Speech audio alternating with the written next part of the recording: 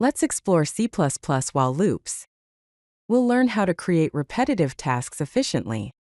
Loops are a fundamental concept in programming and used to execute a block of code repeatedly. In C++, we have two main types of loops for condition-controlled repetition: the while loop and the do-while loop. The while loop will execute a block of code repeatedly as long as a specified condition is true. The do-while loop is similar, but it guarantees that the code block is executed at least once. Let's take a closer look at the syntax and structure of the while loop. The basic structure of a while loop involves the while keyword, followed by a condition in parentheses, and a code block enclosed in curly braces.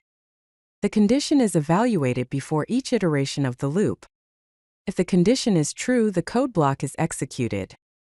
If the condition is false, the loop terminates and the program continues with the next statement after the loop. It's important to update variables within the loop to eventually make the condition false, otherwise, you'll end up with an infinite loop. If the condition is initially false, the loop body will never execute.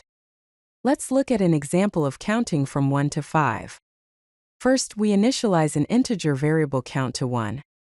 Then we start a while loop that continues as long as count is less than or equal to 5. Inside the loop, we print the current value of count and then increment count by 1. The output will be count 1 count, 2 count, 3 count, 4 and count 5. Now let's explore the do-while loop. The do-while loop is similar to the while loop, but with one key difference. The code block is executed at least once, regardless of the condition. The syntax of the do-while loop starts with the keyword do, followed by a code block enclosed in curly braces, and then the keyword while with a condition in parentheses, and finally a semicolon. The condition is evaluated after each iteration. If it's true, the loop continues. If it's false, the loop terminates.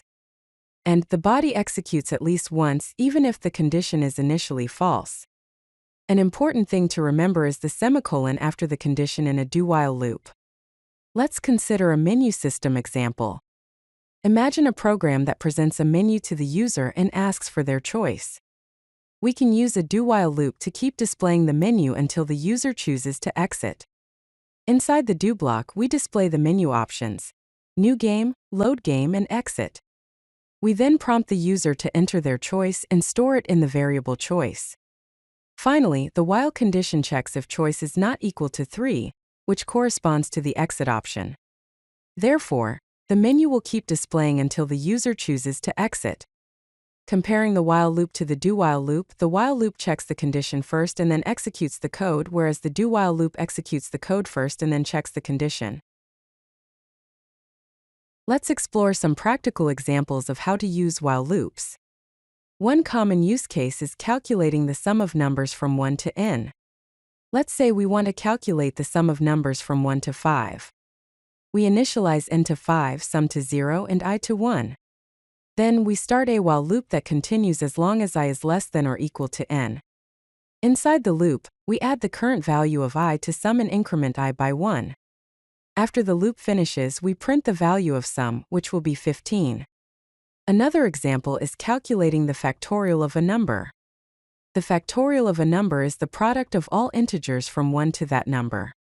For example, the factorial of 5 is 1 times 2 times 3 times 4 times 5, which equals 120. We initialize the number to 5 factorial to 1 and I to 1. Then we start a while loop that continues as long as I is less than or equal to number.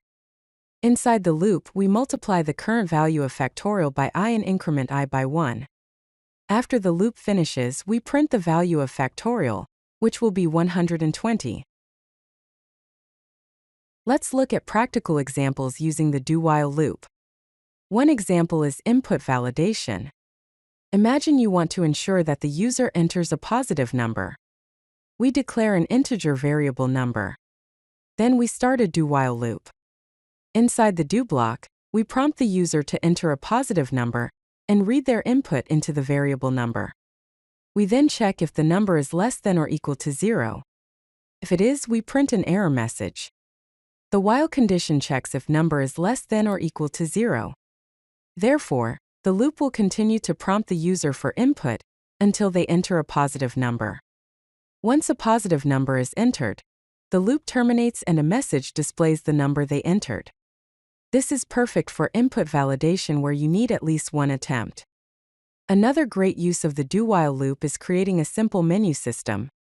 Just as we discussed earlier, the menu is displayed at least once, even if the user immediately chooses to exit. Let's discuss common pitfalls and best practices when working with while loops. One common mistake is creating infinite loops, which happens when you forget to update the loop control variable. In the example shown, the variable I is initialized to 1, and the loop continues as long as I is less than or equal to 10. However, inside the loop there's no statement to increment I, so it will always remain 1, causing the loop to run indefinitely. The solution is to always ensure that the condition will eventually become false by updating variables inside the loop. Another common mistake is forgetting the semicolon at the end of the do-while loop. It's easy to overlook, but it's essential for the code to compile correctly. Here are some best practices to follow when working with while loops to help you write cleaner and more maintainable code. One best practice is to initialize variables just before the loop. This makes it clear where the variables are being used and helps prevent errors. Always use braces even for single statements. Although it's syntactically valid to omit braces for single statement loops, using braces consistently improves code readability and reduces the risk of errors when modifying the code later.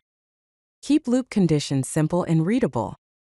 Complex conditions can be difficult to understand and debug. The while loop is great when you need to check the condition before the first execution. The do-while loop is perfect when you need at least one execution. Let's explore some real-world applications of while loops. While loops are commonly used in game development to create the main game loop, which runs continuously until the game is exited. Inside the loop, the game processes input, updates the game state, renders the graphics, and checks if the exit button has been pressed.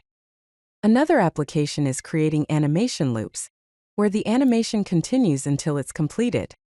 In data processing, while loops are often used to read data from files until the end of the file is reached. Inside the loop, the program reads data and processes it accordingly.